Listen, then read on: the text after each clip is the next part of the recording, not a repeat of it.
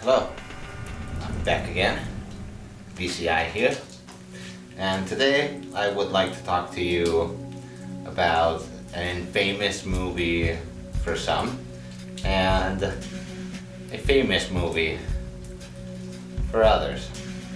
Some call it the best action movie ever, others call it an absolute failure. And that movie is Dredd, with Sylvester Stallone, Armand, Asante, Diana Lane, I believe, yes, Diana Lane, and an actor I personally like, which is Rob Schneider. I have both a DVD and a full HD Blu-ray.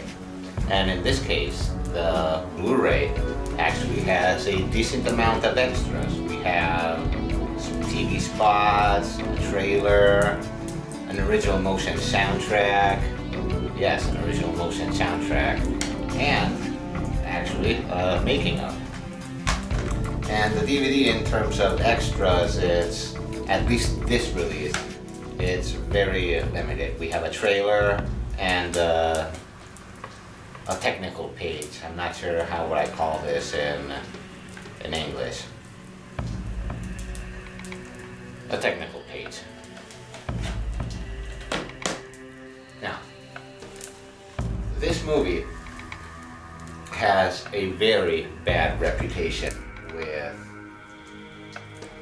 the people that like the comics of Dredd. However, Danny Cannon and the writers, the producers and such, I actually think they did a very decent job, because let's begin to compare something simple. Everyone knows the Teenage Mutant Ninja Turtles, right? A lot of people have grown up with those cartoons. They are well loved. There are many movies. But what actually made the Teenage Mutant Ninja Turtles famous were not the original comics. What actually made them famous was the cartoons. I mean, even I remember them. I like them. I wish I could have bought more toys in those days related to that cartoon TV series, but such was the fate that it did not come to be.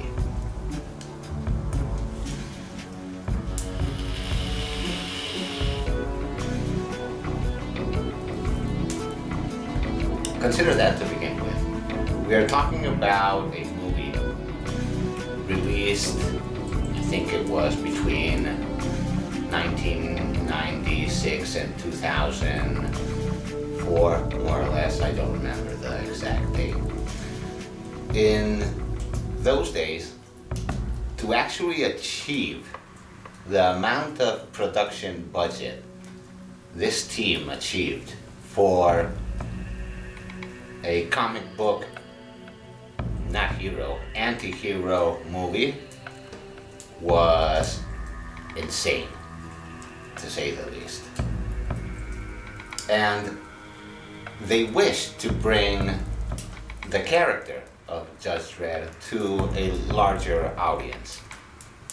And in the same fashion as the cartoons of the Teenage Mutant Ninja Turtles brought to a wider audience the Mutant Turtles from the comics, this movie achieved the same.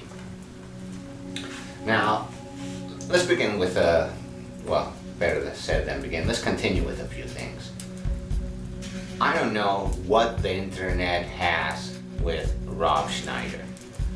Rob Schneider is a very nice actor.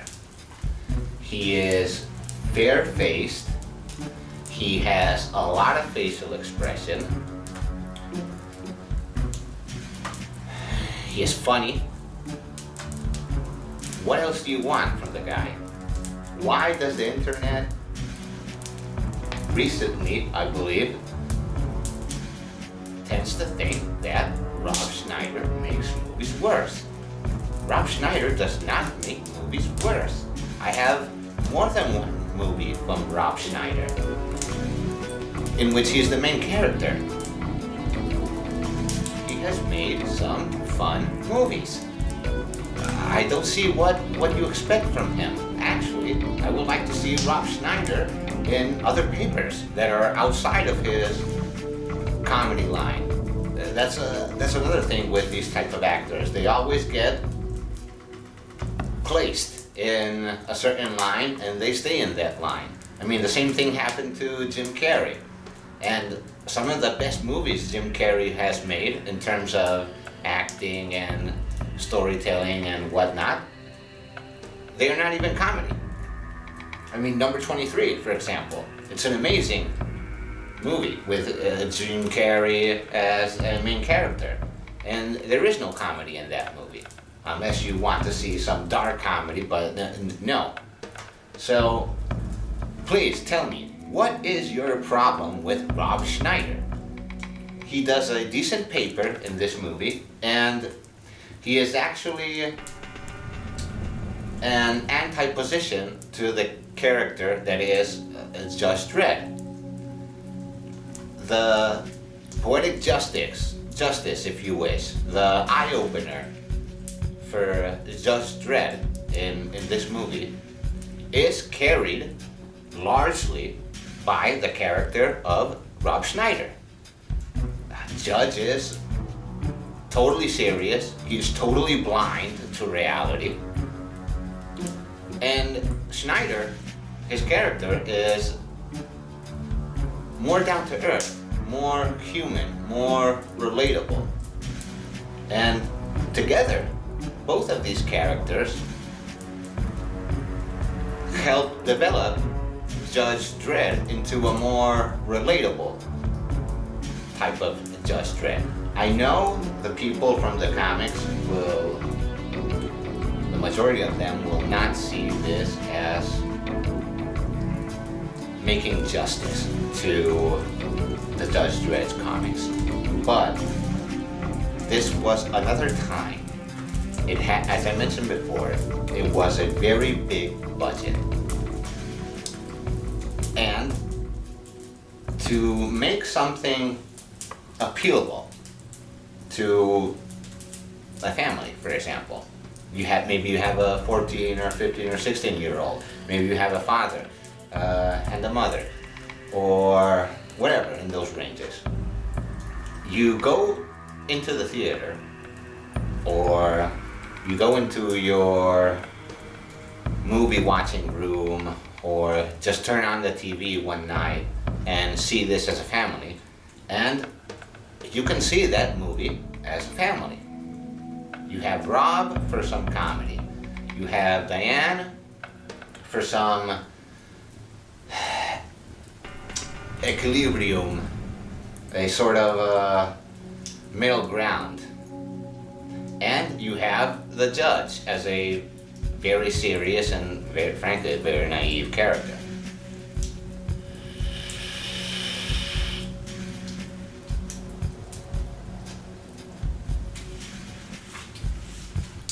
Now, a lot of people tend to see this movie in terms of Sylvester's acting as a total failure. And many times they're the same people that actually expect Judge Dredd to have something different than what Sylvester actually gave us here. But the truth of the matter is that Sylvester is not the main acting protagonist of this movie. It's our man. Our man gives an interpretation that is passionate, it's full of rage, it's full of feelings, very humane feelings. And there is an infamous scene, which is actually the best scene in the movie, because the judge and our man's character have a small conversation before the final battle. And the passion that Armand places into that scene, you can see it in his eyes. Armand is spectacular in this movie, and he is overlooked because everybody wants to go after Stallone for whatever reasons they have. Well, don't trust those guys. They have no clue about what they are talking about. Now, to the people that say it was a bad movie because the character of Judge Dredd has nothing to do, again, this movie has made, I think, more money in box office, international box office, and DVD and Blu-ray sales than the recently released Dredd movie. And the recently released Dredd movie is a good movie as well. And it had actually a pretty high budget, if you consider it. I think it was about 45 million for the recently released Dredd movie. And this one had about 70 something. You can take into consideration inflation and whatnot, but they are not that different in terms of budget. And I would believe that the scenery in this movie, it just kicks the new Dredd movie into oblivion. I mean, come on. Have you seen the effects here? And there are people, even professional reviewers, that say that these special effects are not good. No, I'm sorry. This has a lot of practical effects. This has a lot of built scenery. The colors, the explosions. These are some top-notch graphics for the time. And if they say otherwise, they don't have a clue about VFX. It's as simple as that. They can review whatever they want, but they don't have a clue about VFX. In Europe, this was actually much better received than in North America. I have no idea why. It tends to happen between Europe and USA.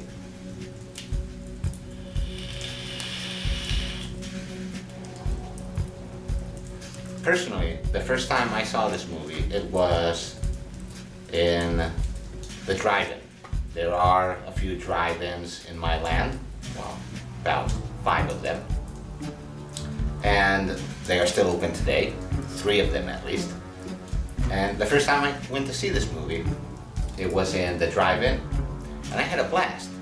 And it is what it is.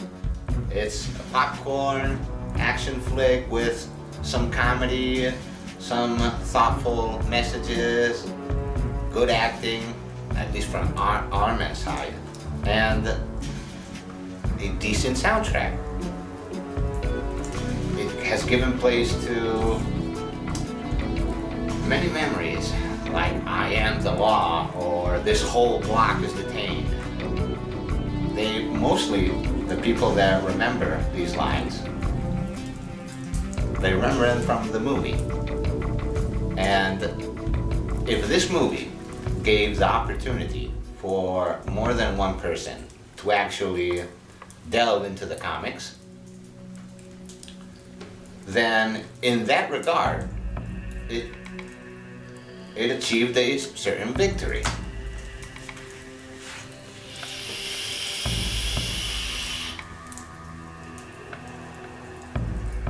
The casting, this movie was based on 3 of the comics, loosely. The robot in question, and that robot looks awesome, frankly. It was based on another comic from the same company, I believe. But the casting in this movie is actually pretty good. In many scenes, Sylvester looks like the judge, and the rest of characters physically fit what they are supposed to represent.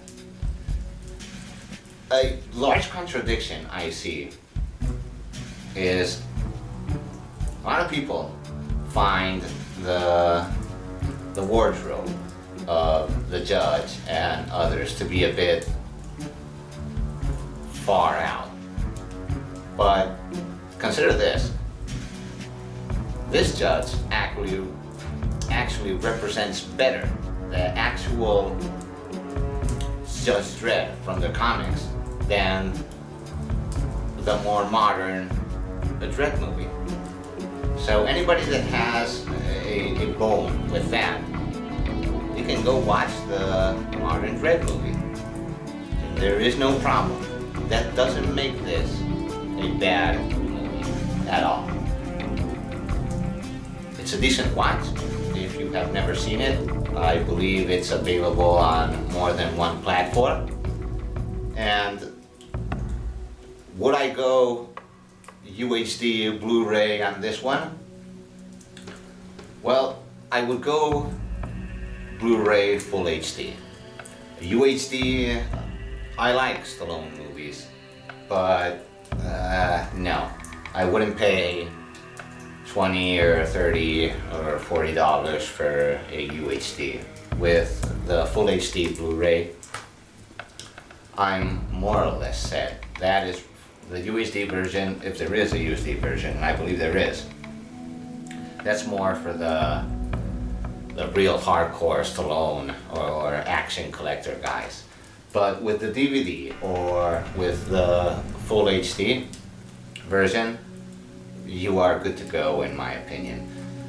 This one in particular cost me $10 and the DVD cost me about 50 cents.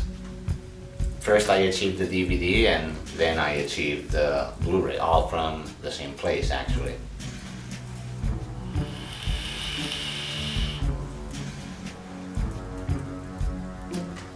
The Blu-ray actually comes with DTS HD in more than one language actually.